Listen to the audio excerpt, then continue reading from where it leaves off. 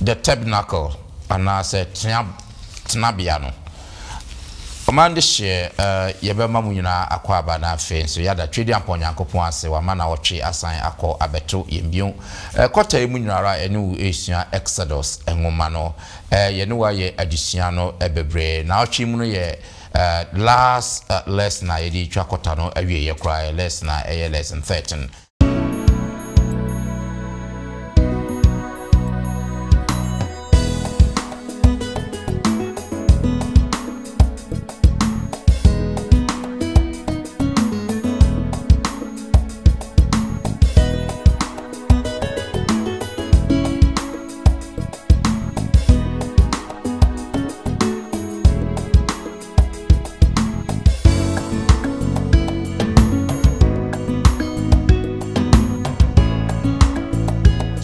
Ama yanya adwenchia bi efa onyankopon character ho ase yesuru onyankopon ba ne nyame nkrofo bia no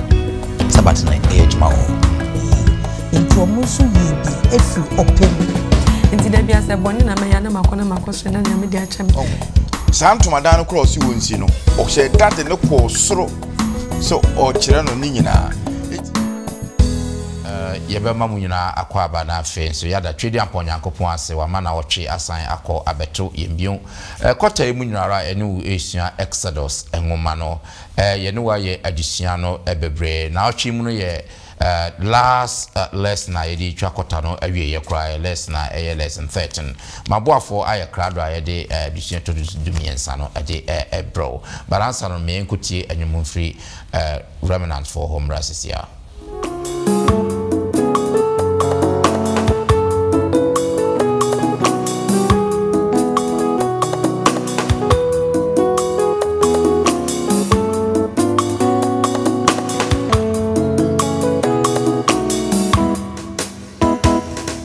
So no je, so ni fireni bena tu esumu. Awo minya. So no je, so di mama ni bekwe biye.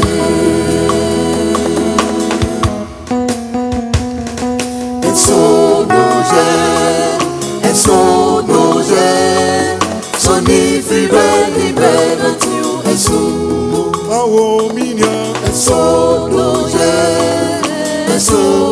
je, so di mama ni bekwe biye. Oh, visenya myo, obo,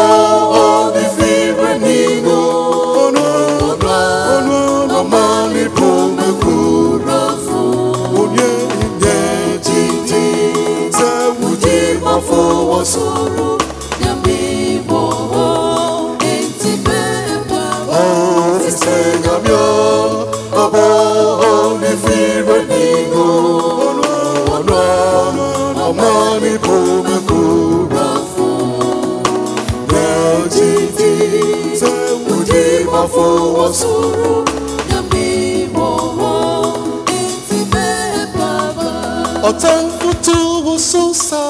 ne yasi nyina tawa mesi. Nyami mo, enti beba. Yari yakuwa kroyi asasi so amani huni mesi. Nyami mo, enti beba. Visenya myo, obo, ni fireni no. No mani pome kurafu. Titi, uji mafo wasoro. Nyami mo, enti beba. Yami matiechi wana honi nyawu betie. Empaba na wuhauni na radanani. Empirebo fatidi mpaibo. Obon samsa betini honye. Nyami mo, enti beba. Yami matiechi wana honi nyawu betie. Empaba na wuhauni na radanani. Empirebo Nyami womwa obon samsa betini honye. Nyami mo, enti beba. Visenya myo.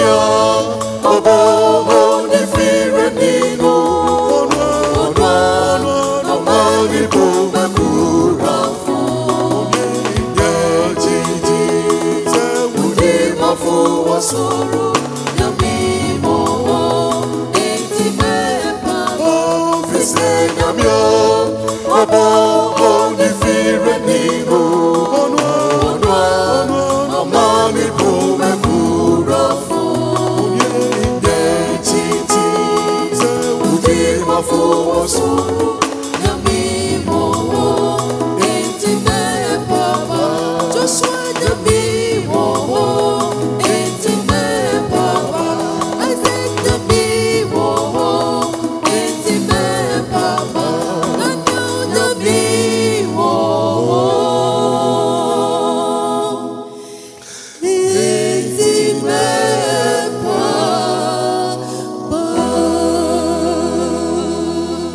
Yeda remnants for ase wo enwuma omode adi yanusian animu ade amaye wonu mbe ya adwen say Exodus nwoma na ye de pa ye we the last lesson of yen addition ayesian no me beda wo mo fie mu hase mo bebo amede addition pensem mu adi ade tremo but answer no ma me fast dey mu odin pamfa ma 3 ABN TV Ghana sa dumakuo na fe Hope TV Ghana omo ye adwumakuo o mafa TV e de ato omo so ade omo ye ne se onyankopon asem nko ano mu twa humfuni e de kire adasa masanse ne nyansen wiase aye wo mu ne ehia e betimi a survival e ye onyankopon asem na ankrankra na eboa miamio mu mfidie mu na mo mutimi ye de omo ye nti se wutie ye na wo mo abi ode bo sa adwumakuo mini a ye sra wo na magu ye mfuni na nifa na frɛ obenye obi obaje wo so na afi wonne ndi nkita ho na kakra bi abetimi no fa bo asa adwumakuo na frɛ na msa ye so onyankopon so ahraw mawie ne saa so ana me kanfo ama sɛ wo hwɛ wo YouTube nso a obo se subscription button bi e wa ase na afi so adoma bi nso ho wo mia subscription button no so na fa se mia adoma so na kyese se ye yesa video ya won so nsa ka bi won saka bi ana so awo so akwakoma obi afenso wutie na wo comment bi abetimi atro comment nso ase honomo ma menhwe efie hase na fe omo aname na mo so na fe de edition ibro ya de ho adi na fe ya fe ya hwe yen edition me de mo so for Bismarck mensa ene onyankopon adom mesa wo Easter Agnes tete eka me ho e wa hase sage ya mo akaba me da se sense what me aba na me komani ma era hands na samwa so e na eti honom no era hands ya mo akaba yeah me da se waba enen so na fe anti-christian obia apianso ena eti ehono anti-christi yemo akwaba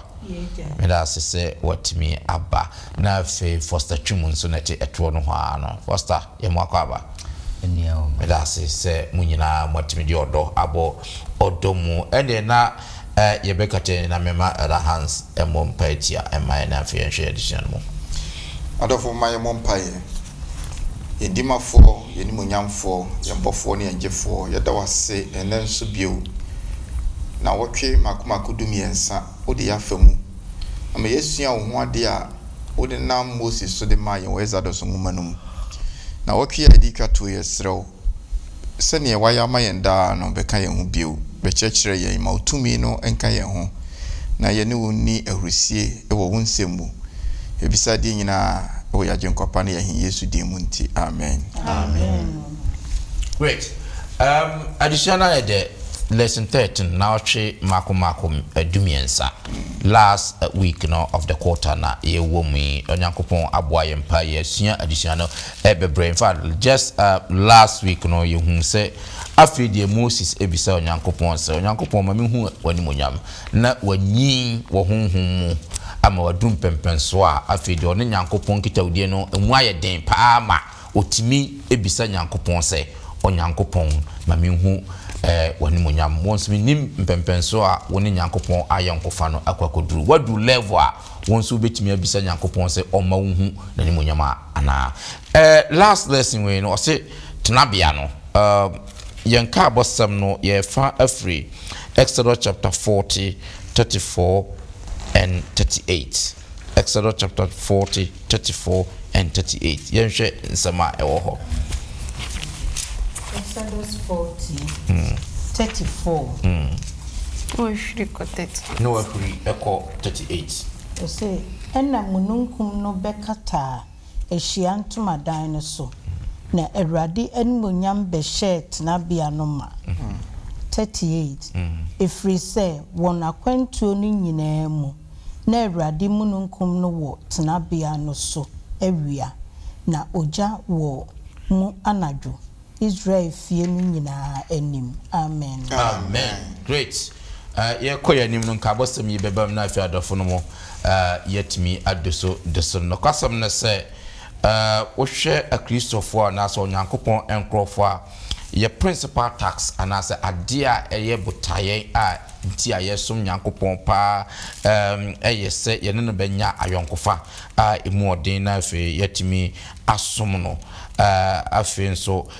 yetimi a present the good picture of God achira mansan betimi atwa Onyankopon humfoni kama pa de achire amansan for that was the reason why Onyankopon krompo frɛ Israel for no se no betimi ababeyi ni maniye e de achire adasaman enyina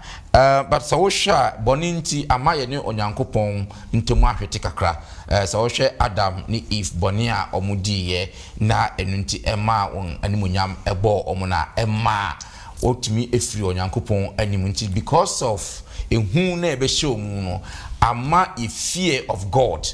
ama yanya adwenchia bi efa Onyankopon character ho ase yesuru Onyankopon ba eye yankasa ye boni nti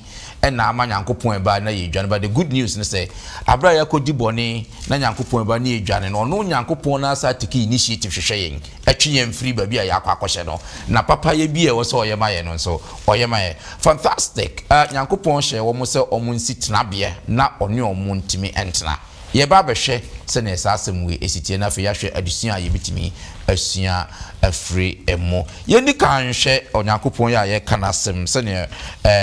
homeda asem no esitie the Sabbath of the Lord yen kan bibi Exodus chapter 35 1 to 3 no ne hwe no kwasem a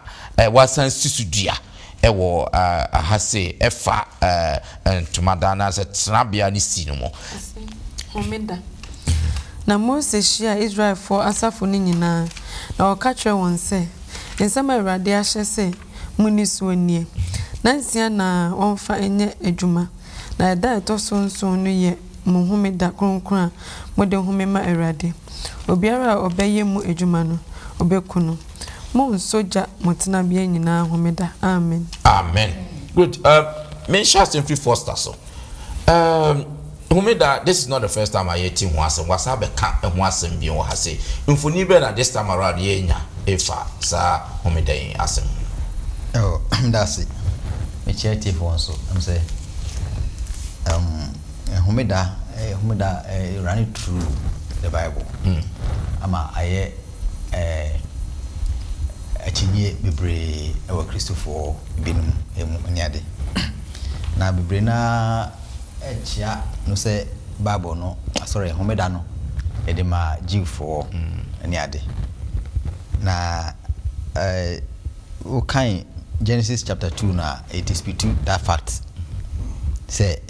edema G4 o kire obo ade no no obo homeda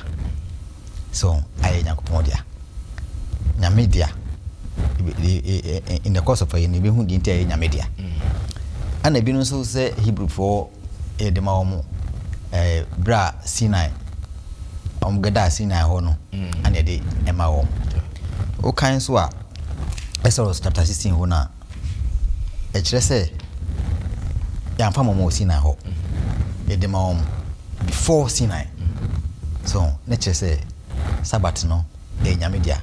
na ba bia nyame obia ne nyame nkrofo obia no Sabbath na ejuma ho Sabbath no so eka emrasem no. That's right. Nti na chese ba bia nyame ema bia wo no emrasem ne wo. Emrasem ne wo se ebo ho ban free nya entry nyina ho. So enuti homeda no ene nyame ma ene nam. Enuti se obi ka se homeda no etwemu a ana se homeda no edima Israelfo a nenya no kure isan se abodi mu no nyame eboye nenye in the course of na yi after abodi no ana ode mu obi obo na abodi nim se one ne ma na ebetra good enuti no emaye hu Yakopon tumi emaye Yakopon se one bo ade emaye hu Yakopon se oye sonko efri enema nyina mu nti obi na say aduan no ebo ne tofa say enema num na ode ebo ne tofa say onyankopon ne obade ne tosmi no say one ne Messiah na the Messiah will come, and this hope centers on God's promise of the seed. Abba, Yankopon, Boshe na washe ama Abba obeso sorry, the seed na Abba na obegu the wanya microphone. Yes, nyame edi be mai. And I feel so God will establish His kingdom, and the Sabbath is for 4 days. Sabbath no, ana ne ye kahwe na establishing the kingdom na paradise no or the bar. Sabbath no any idea the bekoso edi nti ni ye experience Sabbath na you say experience Sabbath no. All right, so what I say, yeah. And I feel so salvation comes from the Lord, yeah. And God's people testify that God is their savior and redeemer, and that salvation comes as a result of His grace and His grace alone. Nti His grace alone, Homeda, the laws and the Homeda, and for that matter, Nyame Adam need to so. And ye are holding. In same Libya, Nyame Eben, so be guiding, na etimi edu bosha assassin so. Afi God is the ultimate judge, only etimafo. So, nti we chere say, Homeda no Nyankopon dia. Yeah. Na Nyankopon baby anema obia no odema nti ese Homeda no edi so na edi so no enye se de chichire ho na mom wo a onye sa no ana wo de chichire ho na Nyankopon ene ne made ebo mo ban efiri bone ene wiase ho yo amen. Me da se first why are there pass wa bie sa de a chain me da se yento aso na fe yenko ye na yenhwe offerings and the spirit and I said affordable ne honhom no my yenko Exodus chapter 35 verse 4 to 10 say why a crowd bia kan Exodus chapter 35 4 to 10 na yenhwe adisuan bi wo ha ye pese isuan wo ho maso afodie osi na Mose katre Israel for asafo no nyina se asama Awurade ahye nie munye maso afodie wo mumu mre Awurade obiara na koma pɛ no mfa maso afodie mre Awurade sika dwetane ko obrimfrafraye ni bibre asawa abridum ko jan ni asawa fitane emre chenwi de eka ne hone adwenne ngoma a wahye no kokko sukrama ngoma okonua kanea no ho ngo enuhwam a ode beye srango ohye eduhwam apobibre abo isisimu abo a ode beye asofotade ne adabo no verse 10 na mumu akomamu nyansafo nyina emra meye ade a Awurade ahye nyina amen amen. Yen show mfoni be na etwa eche in terms of affordable nese ne Onyankopon ahye Moses se on country Israel for no. Brother Miss Mike, yeah, auntie. Yeah. See a friend send bra church mo actually omede die eyishra Nyankopon ma na sana sawudi momeda no so a ese wo afore enso so utwa ntutu so dudu na ese ma o ma afore enso na yede esiesie onyame ehia dem intina ehun hia se Israelfo no omo esi nyame ntuma dan no na mu ye kama ehye nyame anuonyam intina wo enam se omo no efri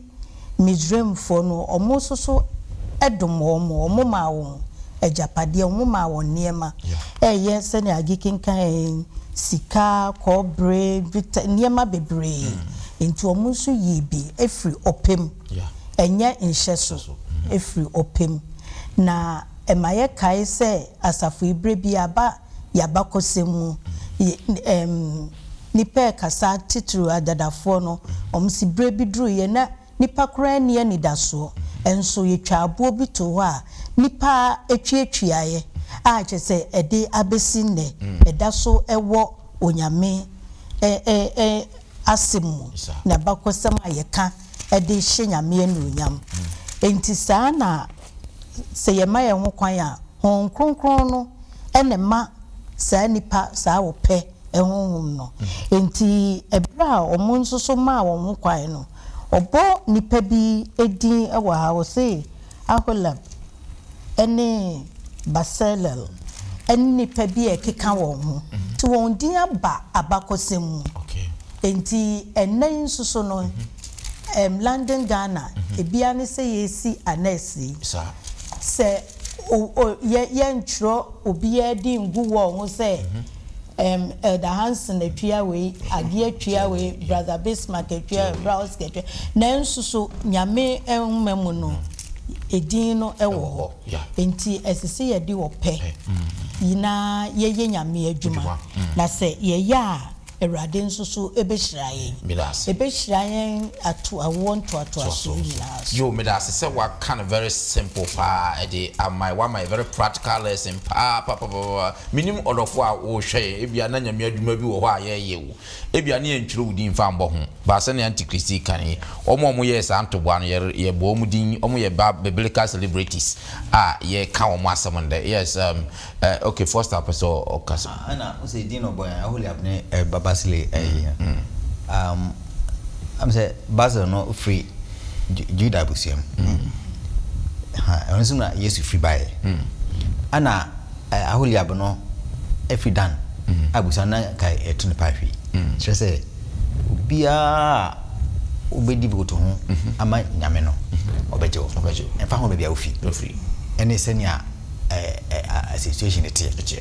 obeje yo enu tie say ye bomodin na ye pre ebewrade nchen ono ane kwaje den yo me da say yeah me da say them say cinema ene openi akan say ye hwe the contest no a sa tabernacle we free mu aba no a yedi kan say na Moses ewo tent of meeting bi za meeting no na oni nyame ni hia but na ye ono ani nyame ena onyankopon from last week addition no ye hunu say onyankopon e kan say nka o ne o monko but Moses sreye no ono say my presence will be with you enti afei de munsi ntomadan e mame na mentia dan kronkron na mentena mumu enti now God does not want to live outside of the meeting congregation because Moses there no okusin wo abonten but afei de o say ne mu besie no munsin wo mfimfin pese metena mu mfimfin what a God and you know oboni din no or say Yahweh Ewurade the Lord who dwells amongst his people that is the first thing. Second thing is say ewo mu say onyankopon or pese oni yetena de nanso o very specific and particular sam to madan cross you wonsi no o she dade ne ko soro so o kire no ni nyina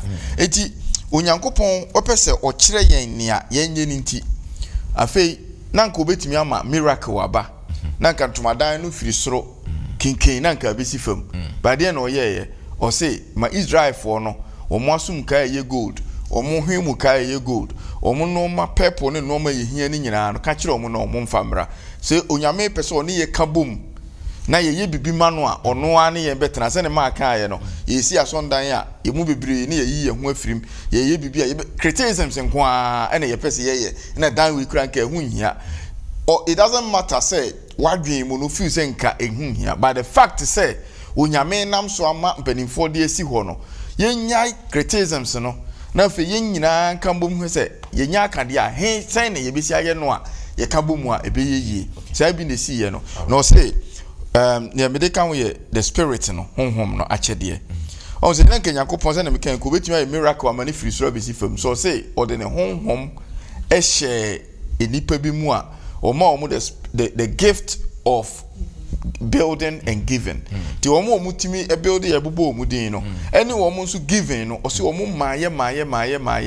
kusi se afidi say oho this is something that we need to understand say nyankopon o person ne yetena esese ye ne kabum na ye o mfiri soro meye miracle kinkin but it is about us doing it with him na one ye so ebetena yo madam wase yen to aso na fe yen share God's presence in the the tabernacle built in Ankasa ni sino details be wo ho ne why Onyankopon was so particular about details. No, first of all, kan Exodus chapter 36 verse 8. Na yen kan 39, 31 to 32. No, into Exodus chapter 36 verse 8 first. Na fe yahuri akokan 39, 31 to 32. Yeah. Ose apamada kano ye. Na won a woye adwuma no anim difo nyina ye. Tenabia no. Wode asawa fita a wafra ni bibre ne asawa ebredum ni kojan ye ntumadu kerubin a eye ntuma nyunu mu adwene a wode ye na 38 39 verse chapter 39 verse 31 to 32 Exodus 39 31 to 32 31 is say now the bibre homa chechire efam abutitene eno so senya awrade hye Mose no 32 na woye ahia ntomadan no ho adwuma enyina wie na Israel for ye senya awrade hye Mose no nyina amen Wait, I guess how sure Nyakopon detail or more detail and how they should do all this thing. I didn't know if he said, oh yes, sir. In fact, there be a make us most in parts. Just say, or you'll be original, you'll be on your dear papa. Because we be a money be instruction to detail. In fact, I mean, you're not doing the Bianca me pay. When you go for your Namia, Nina Mani now, Yanni Pepe. That's right. Inti, into my dine or tray most a quiet on fanfaso, or Kanyama baby, a muketin, a pemada canoe, incense, altar of incense, lampstand, and all the two so about 39, Ebabe can. Also for peninsula there if would in the breastplate and in entire in and yet your canina pepe so the tray. And I man who say another visual representation of Nyakopon, Nigia or Giano or the treacherous and ya into your sister. Oh, your country partners and gin to Madame Muslim sanctuary in service no tears. I want to no one thing papa because I'm new money now or this is see ho send your bear Israel for the Benam so a diasum on Yakopon. Enti na trust ne Onyankopon bone se ne ompe bone ene se de obeyi bone ho ene ne onipa oye de bonye ninu na wieye ni se ne obebo omo nso a omo beji na tum omo future na obeyi bone ho so efri ho kra sa de na omo ye ho ti na o se na omo ye dabia ene afi bia de enti dabia se bone na meya na makona makoso na nyame de achame ena afibia ni day of atonement nso mamuni nyina ko no so penina ko kunkum bia na nso akwa akosere to Bible ma eti asese oko na se wa nka obonne a oba otimi wu osofo penini mpo so no mpo anka ne bonne a oko otimi wu ntina se ya bibi so nas ne na di atwetwe no sa nipa ndie na ejina wonti na sa de na gidie ni trese se unu ho pa na okoka na eye ho so mo but se sia ni monyam ka nyame se yenu Yesu Kristo ababa yesa de na maye oba be gu amaye prekopo day of atonement na osan wo kunkum bia a o di ama me no mienu so se ye kase enye boni ani ye dada ye ho but se ye boni a ye kan ye boni a o ye dumfo ni mo be hu fo so de beche John first John 1 say me manko mama munya boni na se munya boni e wo jigina fo bi Yesu Kristo a wo di ma me no mienu enti nia na ekoso Old Testament no enipo na ye aboa moja na ba na ye type na e wo man ti Yesu Kristo ankasa aba be bo afode preko e de ma me no mienu ti de nya ni se me jimi mfum so atum first of all no ye meji atum ya na de haya ni se ye nji ntumpo na ya kosre na boni anyament mi fanche ene ne ya answer di na nyame ye very very specific nti ene na is still the same se me ye boni na mi pai mu na me ka me jitum na me ka o de beche me no da so di ma ye kopin so be ba be fire no de akọ stroke na temperature hano aka me ka fa nti nyame ye particular nti ma yen ka se boni we dey sometimes here it me hihye boni mu degree but ni okodi ngongonza no twesi ka ko mu bi ni na eboni wonyame ma yenhwe ni good sorry say me chaos now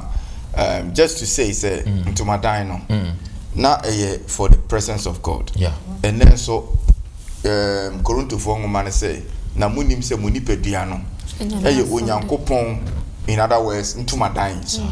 sorry dying and a temple and I say tabernacle kronkron no etim to look at the specifications does God require that specification for us na son dying ye nipa no say obetinam yes and unti na do baby yadwen ye say rules and regulations they mo dia chekere mo ho and say mamo no mensa mamo nye say no say a dan kura ye de tent kura esi amani glory abamu no kura no or ye very specific nua no muntwa ni say tenten say na muntwa no emfa de we nkom fa we kom emfa we enhye ha fa we hye ha kala we na fabra ha fa we na hye na wo ka kire me say yen yason dan ya kronkron timu a all prepare yen for the last day de ene utimi hye atade bia utimi de aduane bia utimi nom bibia agum utimi ye bibia wo pe utimi de bobre bia then I don't understand because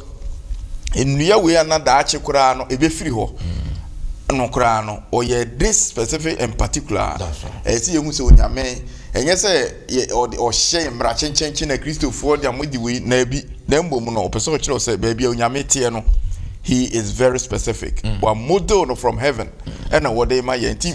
is like get some okay most again no enye just for this specification so then go on to me who the whole book of Job story ni na kire with detail the Genesis 50 chapters or kill the whole book of Genesis in vision but nyamema wo sa nyansa no a or the agren ka ho say fire eti mesre say ye nipadua yi more important than sa tabernacle way enti onyame hwe say ye be specific in terms of living with him na kronkron so etimi atena ye enti na me di chat to say yesum ni say ni nya yonko papa na ya sa frɛ nkofo so no mo so asa be mu no mo so asem ni bi we abia enye ye nko aso. All right, yo madam ase yen to us na God's presence in the tabernacle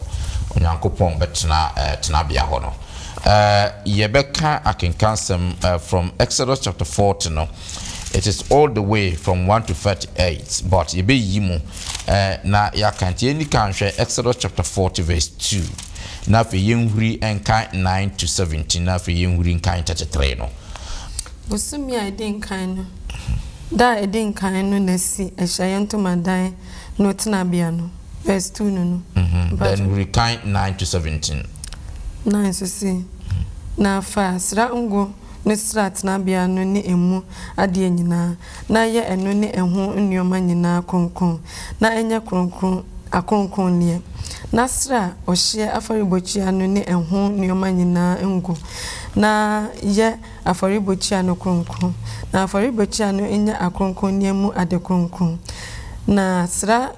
kudo no ne nintase no ngo nasra kudo ne nintase no ngo na ye no kronkron na fa Aaron ne ma no bra ehyanto madan no ano na fa ensuo dware won pacho me ko sise verse 17 na fa hura no wa hura kan 33 na fa natade kronkron no she Aaron nasra no ngo ye no kronkron na onni misofo na fa ne ma no nso bra na hyehye won tade na sra won ngo sede wo sra won agya no na wonni misof asofo na won sra no enye won da asofidie won awonto to aso nyina mu na sede Awurade hye Mose no nyina Sara na oyeye verse 17 na eba se afia etoso mienu no bosomia edin kan no da edin kan no osi tenabia no amen patrona mesa kwa yefa bi kan 33 no 33 no so say na osi eduho no de twa tenabia no ne afaribochia no ho hia na wodi eduho no aboboa no ntwa mutam no sene ho na Mose wie adwuma no amen great Hans Jemfoni na ye hunu wa hase me da say mfoni we no de esompa na animonyam hye is it last week or last 2 weeks me can say one of the saddest stories Exodus 32 but one of the most beautiful and interesting stories are Emma Akakuma ewo Exodus chapter 40. And it's a one say bone ebakura echi a yesenya animunyam hye ewo n'echi. Na nwanwa wo yenyame a yedi n'echire no. So wo hwa details of ntomadan no nyina odofo mmereninti on say okay Bismarck or say oh yeah yenhuri na misro say uhura wa hwe out na ko see wrong place but we dey wa me huri see wrong good place. Well done Bismarck. And ye huri but misro from Exodus 35 eba besi 40 ni nyina no eka ntomadan no oka so omunsi the details. In fact there was not a single jot onyame ono ankasa ankyere kwan a yemfa so nye no yensa kora yenwohoro kora o kyere kwan yemfa so ngohoro no enti eno details no onti misrew onyamra odofo awutie science time na read the Exodus 35 to 40 ni nyina ubehunu the details of the tabernacle. But yemra has said onyame ni monyam his presence in the tabernacle no also yadika ya ka say onyame kan say menemu nkobiem se medi mu achi ne mu kwa mukon a eden ne maso a eden ti wanhwe ya meshi mu nyina amase ena Moses kosere se Ewurade mesrew nti sese hwan na ne ye beko so mesoma mebofo adi wanim na emom no sese wasere de a meko ene monye ntoma memamo aye ntoma dan na matena mumu ba kwan a mefa so atena mumu ni se mu behunu manim onyam emra mo awie no if you do it according to how I have shown you se mu ye ne se ne meka no de a mu behu manim onyam. And person is target chirichirimuno. Umuye the acacia tree, the basin, no, a dihono, holy place, no, courtyard, no, holy of holies, no, tent, no, sani yenye no, niya yemfanshi shame, curtains, no. Afe niye nwanwa wumukura ayeme deni say he is a God of second chance. Unyami ye nyamea, onhwe ye kane bone ne so, enka say we are condemned forever. Say ye kai Aaron. Yeah. Ye kai say Exodus 32 ono na ejeje si you know ekoye na ntwie ba no na Mose ba cross am be twa ne ntro me de me ye ya na free gemu ba meanwhile you molded it eti Mose ebetwi na nimu no o se onyame de Aaron bo na ye den eche no and notwithstanding no assignment na ma no a edi na chi ni nyina say mu na mo be ye me sofo o say that time no share no sofo he was just a spokesperson for Moses or a deputy minister for Moses but afeidie entumadan musum a esumbo nyame honhom ebe mu no Moses is Aaron is now becoming the priest. Ne nwanwa kura san wo mu ni say ne Aaron ye nyina chiri no baabi ana Aaron timi wura na Moses ntimi wura ho. Ti Yankopon ka kire say wusi entumadan ni wi a me ma specific dates and time. Bosom ya edikan 1st April in today's terms. 1st April of the next year na mu bewie no e na dedicate tabernacle no na o dedicate a meye bibi nti dedication no mu no hohoro on the day no hohoro Aaron ho fansuo dware wo mo one ne mba no na fa atade specifically a mema wo ye no fa hye no na fa anointing oil na mema wo ye no fa egu ne so na anointing no se onye mesofo na wo ye wi a go and inspect it on that day. After that day, Holy of Holies obiem. Oh Moses, you have no permission to go in there. A failure, Aaron and Emma, and a etimiuraho on the day of atonement. A fair fit. She any munyamu and Yankopon, Eddie Besha Aaron, or tia etia nyame. Me no bonnie ben a chain Aaron dear. And so sometimes, you know what the Obonsam every power we assume say. We are condemned. Nyame de untimi fa nchen da. There be Obonsam ne kekasa. It doesn't matter how far I've gone in sin. Onyame se ne oma Aaron second chance no. Enye se adwuma ketwa keke. The high priest forever in the children of Israel no. Or the share nsa. Afeni twatwo kura ne se o dedicate ni nyina wie ye no. O se Moses ebehwe verse 33 no. Moses hwe ye no. O say the work was what? Finished. And here you be Genesis chapter 2, verses 1 to 3. No, na Ewurade Nyankopon wie na dwuma obo. It is linked with worship and the Sabbath. Yes. Osom ene homeda no. Enunti we nso na ye osom. Nti ne na omo be ye wo mu nyina friend the ceremonial rules no mo be ye e de atwan hwan Yesu Kristo no ye the antitype ano wo beba na anije seme ewo mu ni say o say o dedicate ni nyina wie ye no afi onyame enso di ni boche so the second time a yehu bi ewo Solomon osi asonda ni wie ye no o say no so it is finished o wie adwuma no na onyame shikena glory no eba mu na Yesu nso be wie ni nkwagye adwuma no wo asenu no so no ono so can the same word it is finished nkwagye adwuma no wa wie anije seme wo ho ne say onyame de ne shikana glory no ebae o se ne ma omu hu ye no yankenkan kakra bi Exodus 40 a free verse 34 no eko wie no pacho yankenkan ye hwe ne onyame oyoye what did God do ana munukun bekata ehyanto madan ni so awrade ni monyam behye tenabia no ma na Mose entime anhye ne ehyanto madan ni mu efisa na munukun no ti so na awrade ani monyam ahye tenabia no ma na Israelfo akonto ni nyina mu se munukun no ma ne ho so free tenabia no so a na okowon anim na se munukun no ama ne ho so a ene ontu ara enkosida ema ne ho so efisa won akonto no nyina mu na awrade mununkum no wo tenabia no so awia na oja wo mu anajo Israel fie no nyina anim amen timesre mo ye wie ha no ohun se Israel fo sha akonto na se no na mununkum no di omonim ana oja ni di omonim na o de omonko ena mra na mu Pharaoh ene ne dom na eba no oyi mununkum no ekosi akire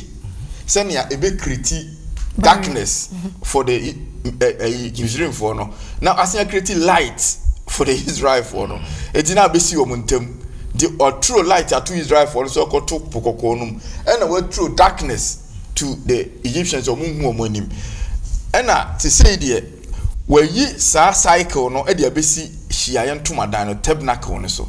that ntomadan no na represent Yesu adwuma na obeye after the death you see ye nim say Yesu obeye sa adwuma no but major no ama the next day but ne me person we can say na mununkum ni move a na Israel for na fei omo move okay ogina no wo mo agina e kire say God was their leader all right the moma yenso ye ma ye ho kwan manyame only the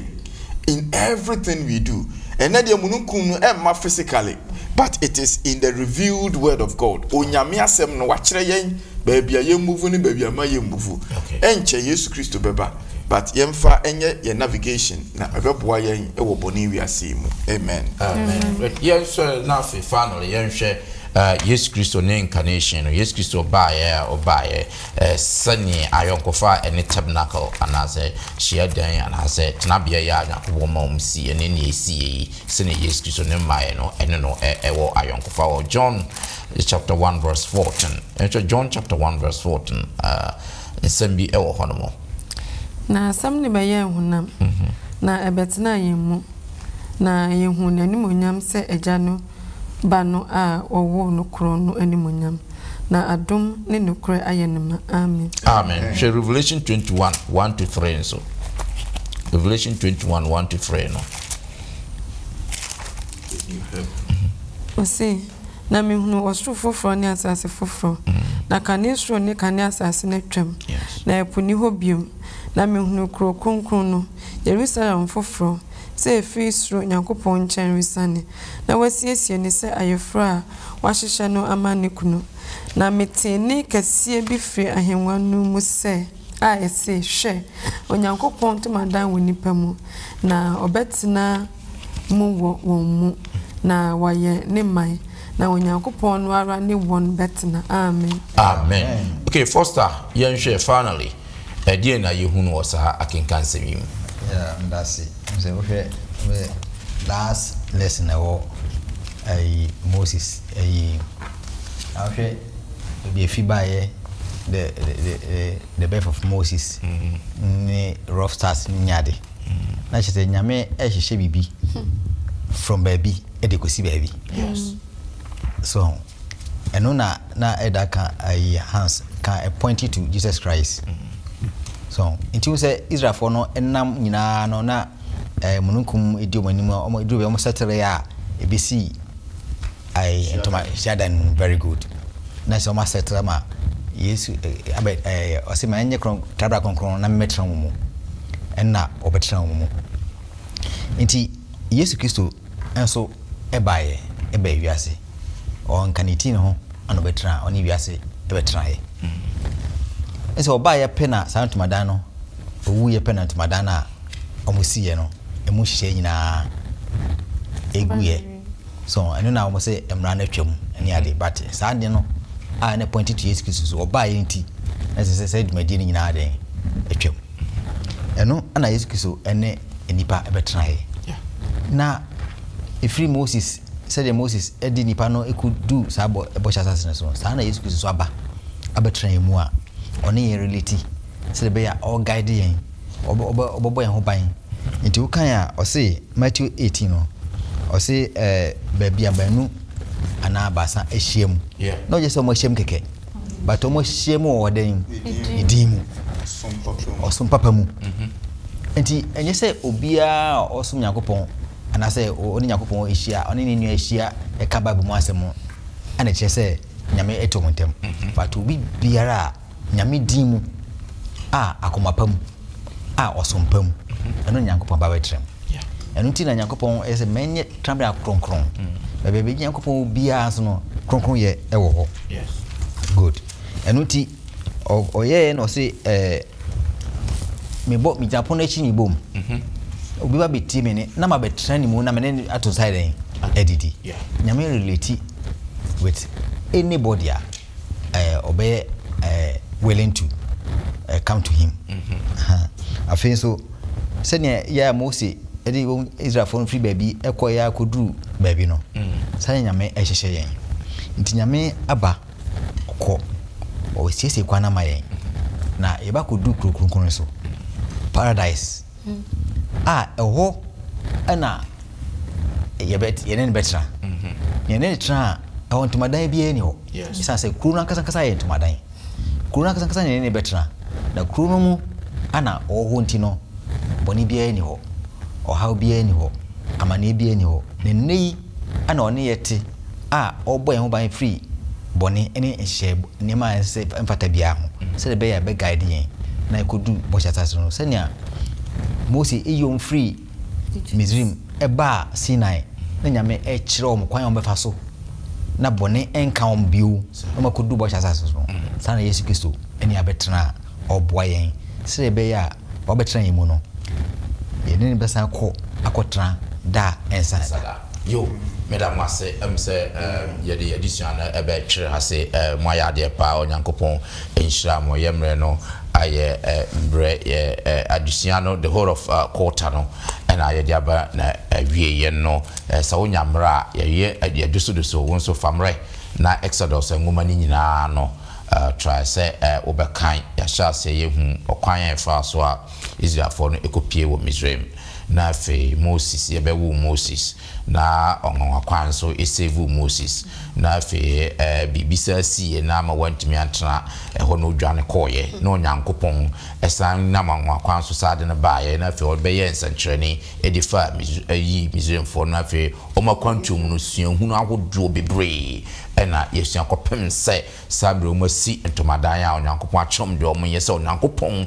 ba betena omumi ye sure se adisua wasua niema bebre sana yenso yesua niema bebre ye adisua no for the whole quarter na aba na wiye next week new quarter with new lessons, so there will be new ideas and new knowledge beyond yebehwe Joshua so addition betimi asua from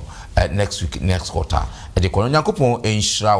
na one mabusiafo nyina no ni mu endi ne ye ma mon katamone na mema antichristins enhira so e mai kra mutumfo onyame batampa mmadu wasese wadum aboa yen na yede adisuen akona wiye ye bompa yesro se onyame onkwa na betimi aboa yen na yama waboa yama wo kronkron no aye adwuma wo yemu na ye nsoso yama ye ho kwan ni yama afoforo nsoso ehunu se ohunhuma na ewo ho no ɛda so ɛyɛ adwuma woda so ɛwɔ omba mu na Awurade awonwadwuma ɛna woyɛ ɛwɔ akomam adwene mu ɛne epie free abonten ti yɛte adesua yase a ɛbɛboa yɛn woyɛ haw mpo a yɛwɔ mu no Awurade ɛbɛboa yɛn na yiyɛ free ɔhaw no mu adwodwo ano ama yɛate ase deɛ enti a ne nyinaa ɛnam so ɛbasa yɛda wase yɛpɛsɛ yɛdi wanam wachi na yɛhunu wo yie na efe wo nso so watimi ahyira yɛn na wabɛfa yɛn akɔ kurokronkron a wasiesie ama wa hoteefo no yɛda wase papaapa wo Yesu Kristo din mu ne yɛbisa sɛ nyɛ nhyira ma yɛn ne da nyinaa adom ne nti amen amen